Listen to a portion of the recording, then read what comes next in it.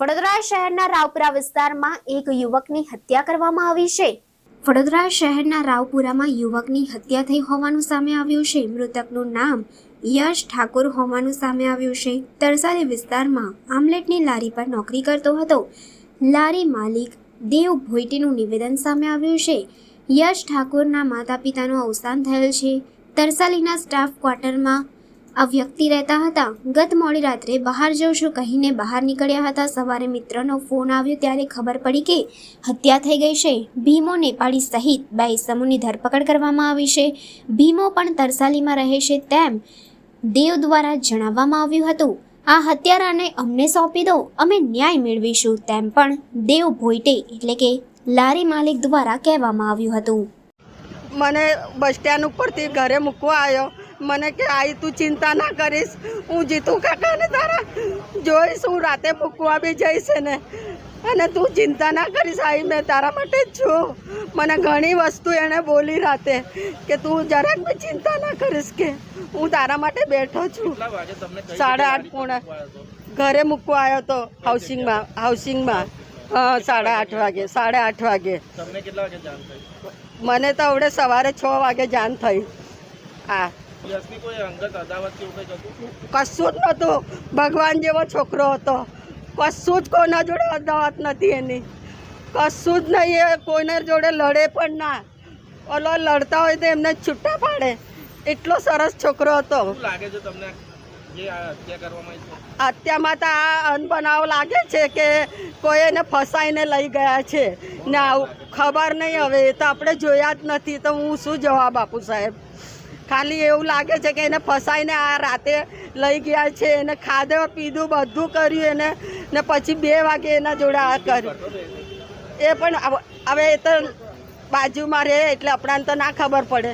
શું થાવ તમે યશના શું? કોઈ નહીં, એ માં માનેલી, મારા છોકરાને ભાઈબંધ છે એટલે મેં એને નાનપણથી અમે જોતા હતા એને।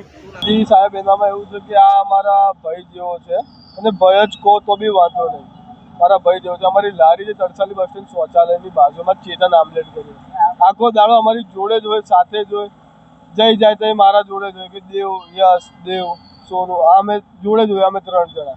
પણ ખબર નહીં રાત્રે હોય ઘરેથી ટિફિન લઈને જમવાનું લઈને નીકળ્યો અને કોના જોડે ગયો, શું જોડે ગયો એ ખબર નહીં સાહેબ।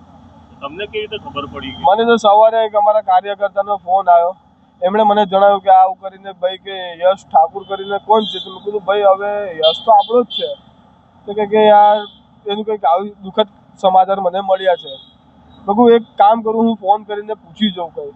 તો મેં પહેલાં ડાયરેક્ટ એને ફોન કર્યો અને ડાયરેક્ટ સાહેબ રાવપુરા પોલીસ ચોકીથી સાહેબે ફોન ઉચક્યો। એના ઉપર શંકા કરી તમે? હવે શંકા તો સાહેબ જે છે પકડાયા છે, હવે ખબર નહીં એ લોકોએ શેના લીધે કર્યું હોય। બરાબર, બિન બાપ આઈ બાપનો છોકરો છે, મા બાપ એમના કોઈ છે નહીં। 10 વર્ષથી એ છોકરો આપણી જોડે હતો સાહેબ।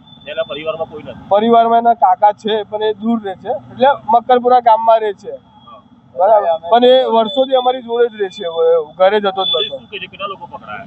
2 લોકો કંઈક પકડાયા છે સાહેબ। તમે લોકો ઓળખો છો કે નામ બામ નથી દીધા? હવે કોઈ છે ખબર નહીં, પણ કોઈ પકડાયો છે કીધું ખરું। તમને નામ બામ કીધા છે એમના? હા, ભીમો કરીને છે કોઈ, એ પકડાયો છે। ભીમો ક્યાં રહે છે એવું કંઈ? કંઈક તરસાલી ઉડામાં મકાનમાં રહે છે સાહેબ। છેલ્લે વાત થઈ? રાત્રે મને એક 12:40 એનો ફોન આવ્યો કે ભાઈ મેં કઈ છે? મેં કીધું ઘર હે। મેં કહું ઓકે વાંધો નહીં। એવું 2 જણ પકડાયા છે? હા, 2 જણા પકડાયા છે। હા, મારા ભાઈની જ લાગે, આ મારા ભતીજો થાય, અને પેલો ભતીજા જેવો જ રહેતો હતો, એટલે ભાઈના છોકરાઓ જેવો જ રહેતો હતો। તમારા લોકોની શું માંગણી છે કે આ રીતે આજે એ પકડાવ જ જોઈએ સાહેબ। હવે સાહેબ મેં છોકરો બહુ સરસ હતો કે જે બી કોઈ હોય ને, જે બી કોઈ ગુનેગાર હોય અમને સોંપી દો, બાકી તો મને એકલાને સોંપી દો। હું એના હાથ પગ ટાંટ્યા ભિખારી બનાવી દઈશ, મારી નહીં નાખું, હું એને ભિખારી બનાવી દઈશ। દુશ્મની એની છોકરાની કોઈના જ જોડે નહીં, ખાલી મને એકલાને સોંપી દો, એને લંગડો કરીને ભીખ મંગાવવા આખા વડોદરા શહેરમાં, અને નાગો ફરાવ।